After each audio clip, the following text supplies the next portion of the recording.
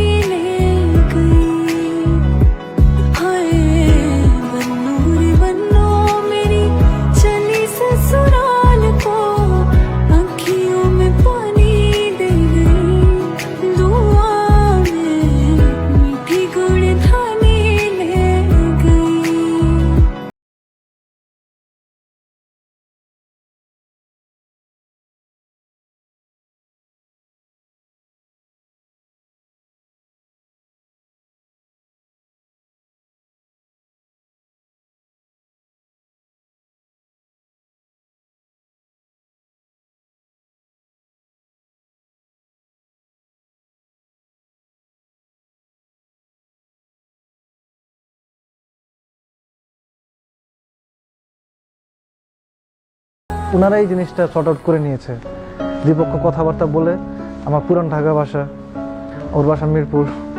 So ওই মিরপুর পুরান ঢাকা করতে করতে আজকে পর্যন্ত মানে হয়ে গেল সব কিছু।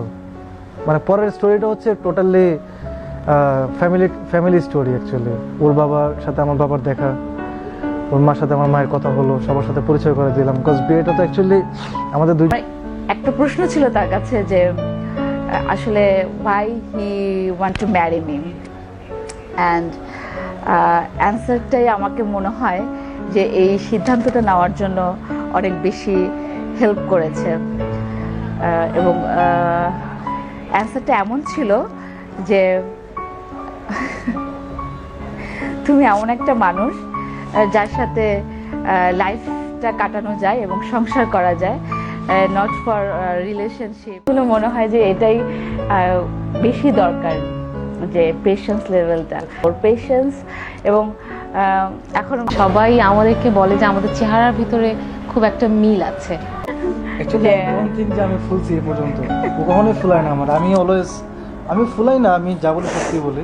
ও বলে, ও অনেক বলে, ঠিক আছে, ও সবকিছু এক্সপ্রেস করে, আমার ব্যাপারটা এক্সপ্রেস করে না। জুলাই আগস্টে হচ্ছে আমাদের ফার্স্ট মিটিংটা হয়েছে, মানে জুলাই, মানে জুনের শেষ জুলাইয়ের ফার্স্ট দিকে। খুব বৃষ্টি ছিল, বৃষ্টি মানে সেই রকম বৃষ্টি আর কি।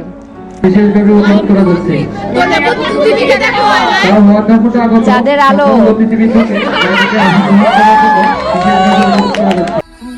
पकड़ के तूने चलना सिखाया था ना, दहलीज ऊंची है ये पार करा दे। बाबा मैं तेरी मलिका, टुकड़ा हूँ तेरे दिल का, एक बार फिर से दहलीज पार करा दे।